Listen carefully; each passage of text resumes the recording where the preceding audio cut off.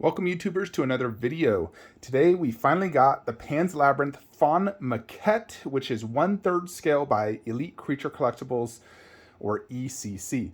So it came in this brown outer box, kind of beat up. Now it says ECC. On the side it says the Faun Maquette. It says 15 of 299, but there's no way they made that many. And then it does have another white box, and then the actual colored art box underneath. So this one has nice colored box. And this one, it's not something you want to like tip upside down and cut tape. We're literally just going to lift it off. That is how it is done, like so. So I've not done this yet, although I do wonder, is there tape? Because it said to lift this way. So let's go ahead and set this up though. So hold on just one sec. Let's get this done. See what we think of the Faun Maquette. This was very expensive, so I'm not sure if they want me to actually take this box out or this. Looks like it is taped inside, so there is no way around it. We do have to take it out traditional. This box is so like wide, and it's very. This would be so much easier if I had someone here. Does anyone want to come help me? It's always just me. Always, find it a little envious when others have someone to like come unbox statues with them and whatnot. Because this is just me. I could never get really anyone to help me.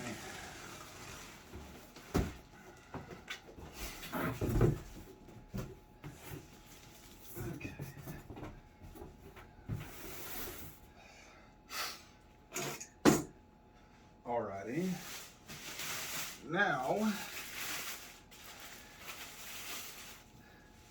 it'll probably be easiest actually to just take this off and then just remove the bottom. Alright.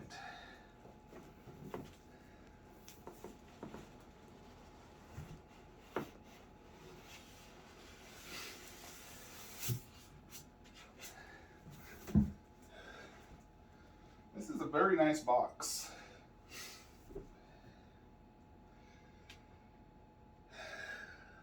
Let's see, that's the one. All right.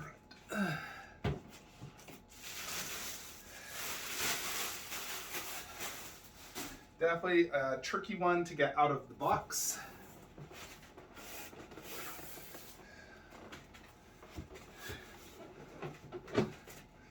But we finally got it. So, we can set this up now. Goodness gracious.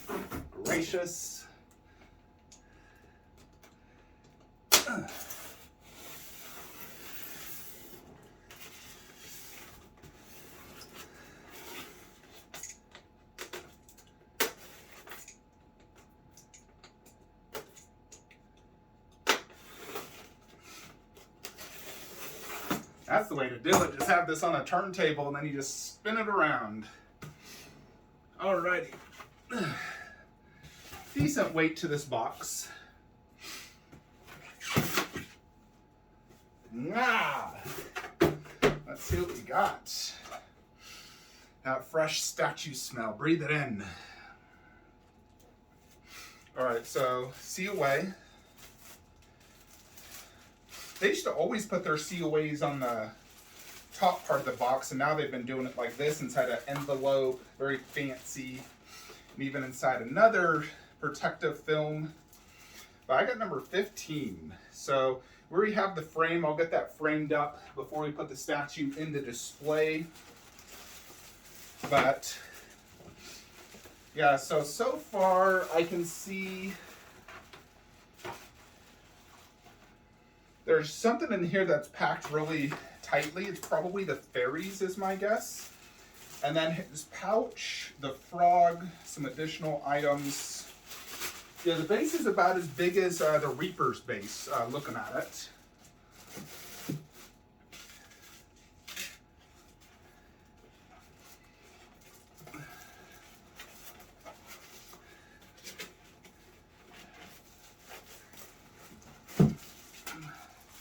They're about the same weight as well. So I've not seen any in-hand photos of this. I've only seen the photos from Comic-Con, and whoever saw it there said they absolutely loved this piece. Yeah, so at the bottom, a green plaque, 15 of 299. Pan's Labyrinth. There's a loose resin inside. Here in the back is where you can fit the frog, or you can put the frog on the base. Yeah, so this is just a little bit wider than 15 inches.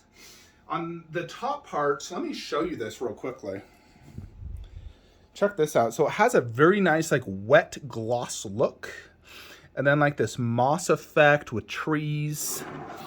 Back here it looks like a mouth opening.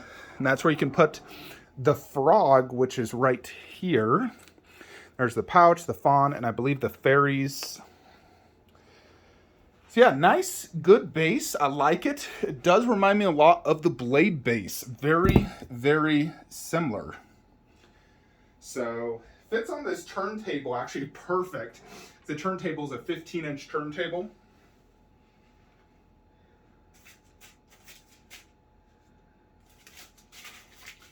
All right. Next is going to be this guy.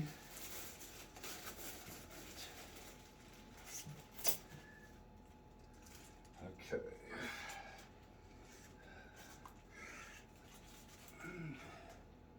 Let's see, make sure we get this right.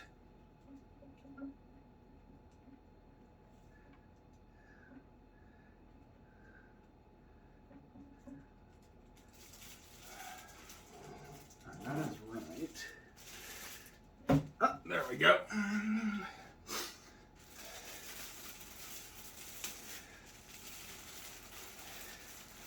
Because it's almost like a tree. Gotta be very careful.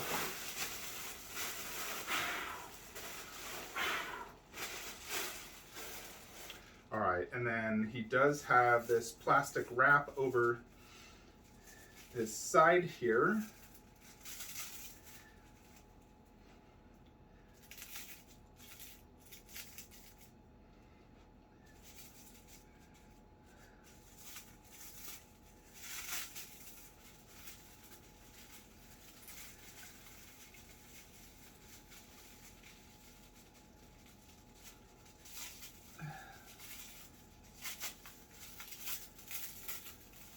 Oh, come on.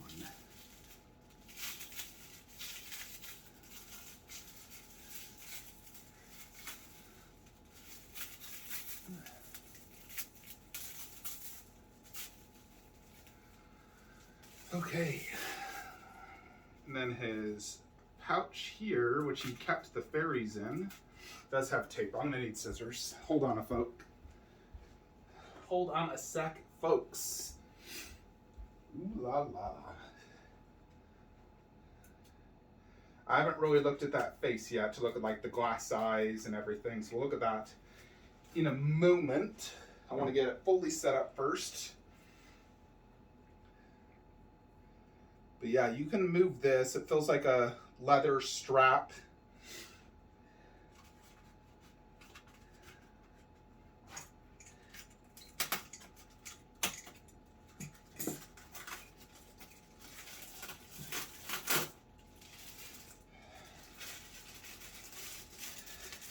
So if you're unfamiliar what this frog is, one of the tasks of Ophelia was going underneath a tree and inserting like these magic rocks per se in a frog. So check that out. Very cool looking, very glossy and great detail. So you can place this on the base like so, or as an Easter egg, you can just put it right back here. Ooh, and it has a magnet as well back there. So it's like an Easter egg back there, or just place it on the base. You know, it is up to you ultimately how you want to display that.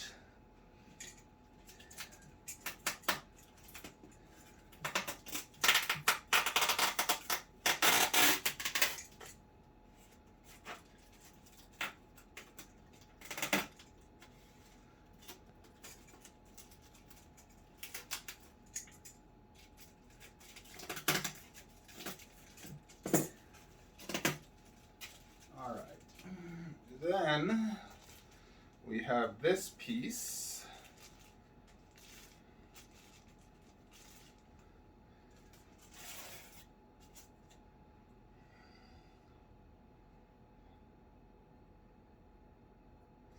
So this is one of his pouches. So I don't remember exactly which side this goes on. I need to look at the photo. Looks like it's on this side. So if that's the case,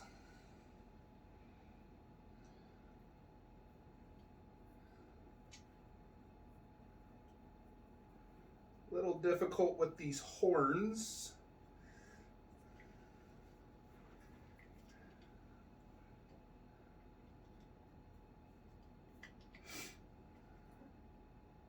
But more or less like that.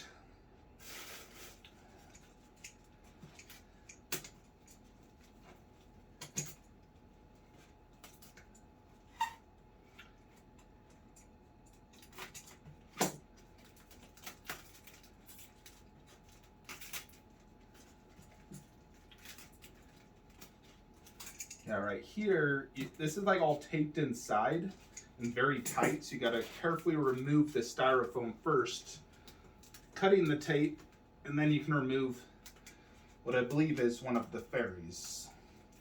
Because it does come with 3 different fairies.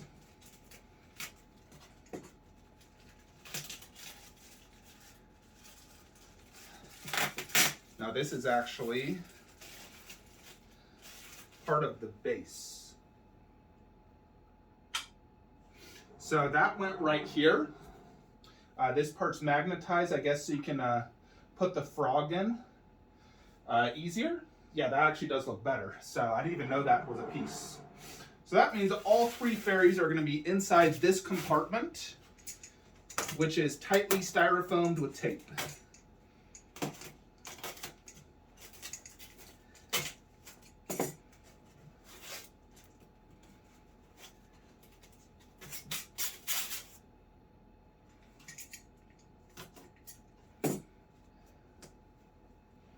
Ah, yes, these are very tiny. Well, then again, they are fairies.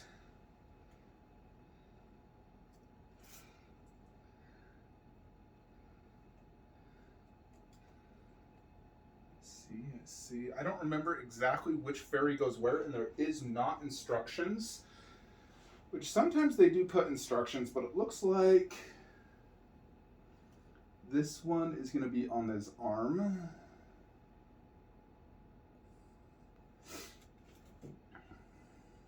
You know, so like here is one fairy. So you can see it's very tiny, very fragile. So you're definitely going to want to be extremely careful with these.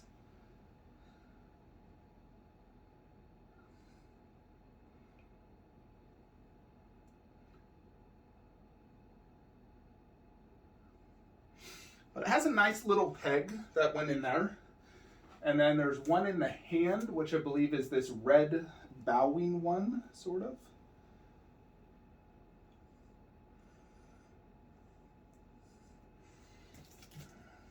Yes, because like with the pose, this fairy is like bowing. So it has a tiny little metal rod that's going to go here in this hand.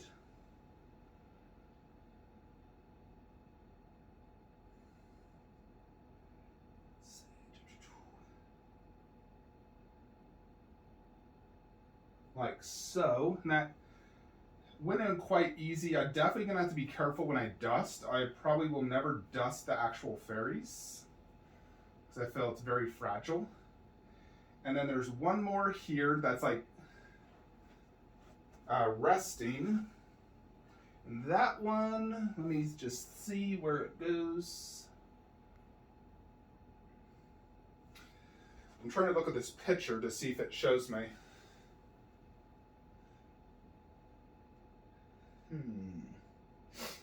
To be honest, I don't know where this one goes. I need to look for a tiny peg then on a tree-like creature. That seems like nearly impossible. This is why instructions would have been handy.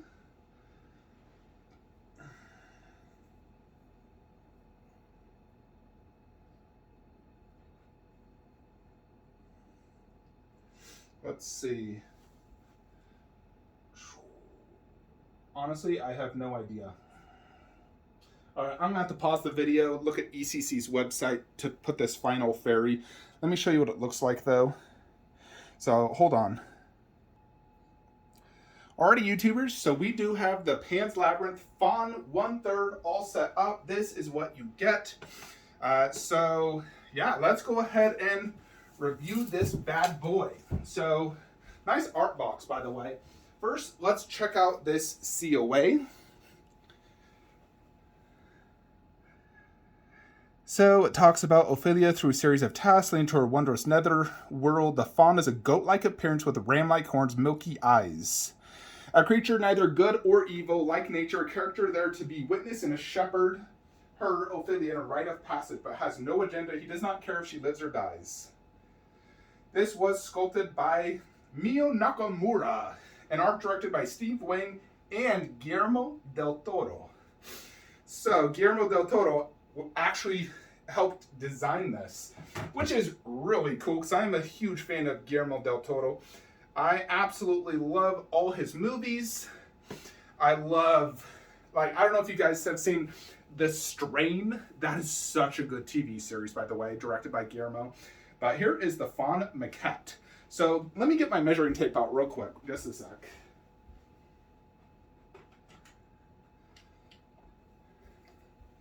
So I want to measure this for you guys. This is going to be a very rare piece. You're not going to see this in a lot of people's collections. So the base itself is about 16 inches in diameter. But then if you're going to go to his arm, you're looking at about 20 inches width needed. Now height, it's actually much taller than advertised. When they advertised this, they said it was only 2 feet. It's actually about 26 inches. So it is taller than advertised. They said it was 24. I was like, you sure about that?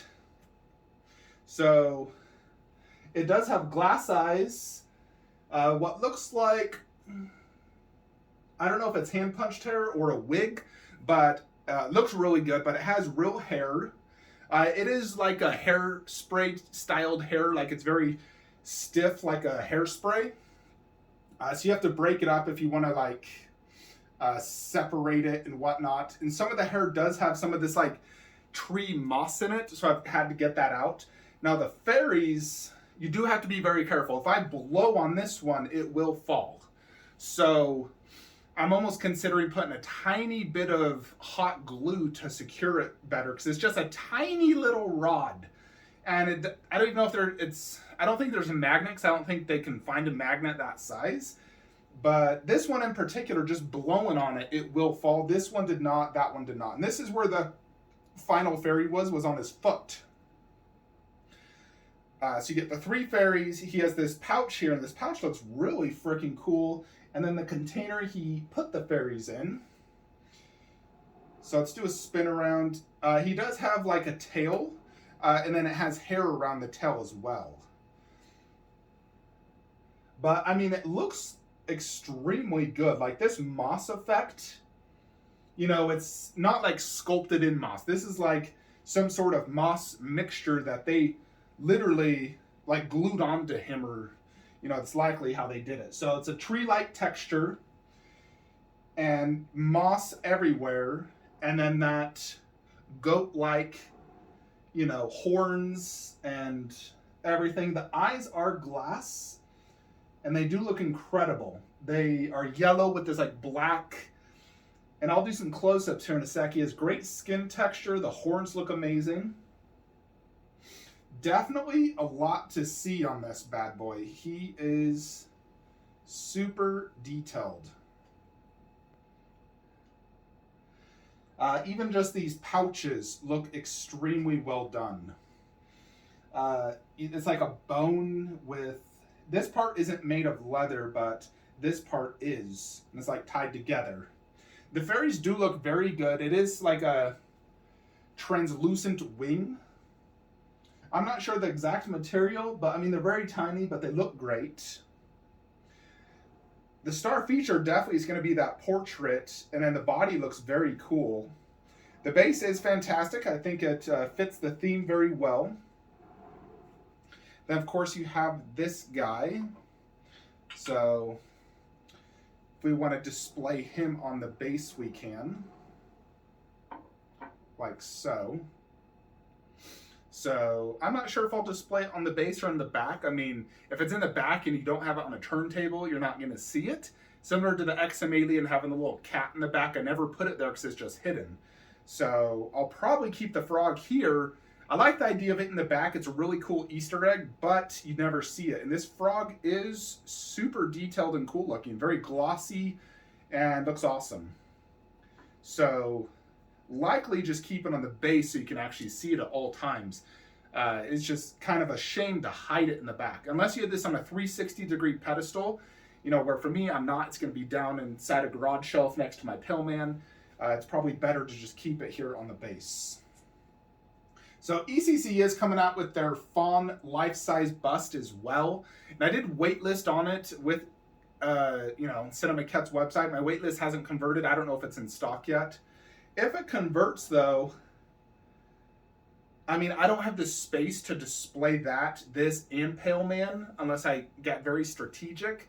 But I would definitely love the life-size bust. If I can imagine a life-size bust of this, I think it would be absolutely fantastic. Because that portrait is absolutely killer. You know, at 1/3. Life-size is just going to be bigger. It's going to be about the same amount of detail. You know, the eyes are both going to be glass, has real hair. Just a bigger version, but I can imagine how big it is with those horns in real life. It's going to be a massive, cool bust. So this is definitely a very cool 1/3, and due to his pose, he's not fully standing. So if he was fully standing, it'd probably be about 32 inches tall.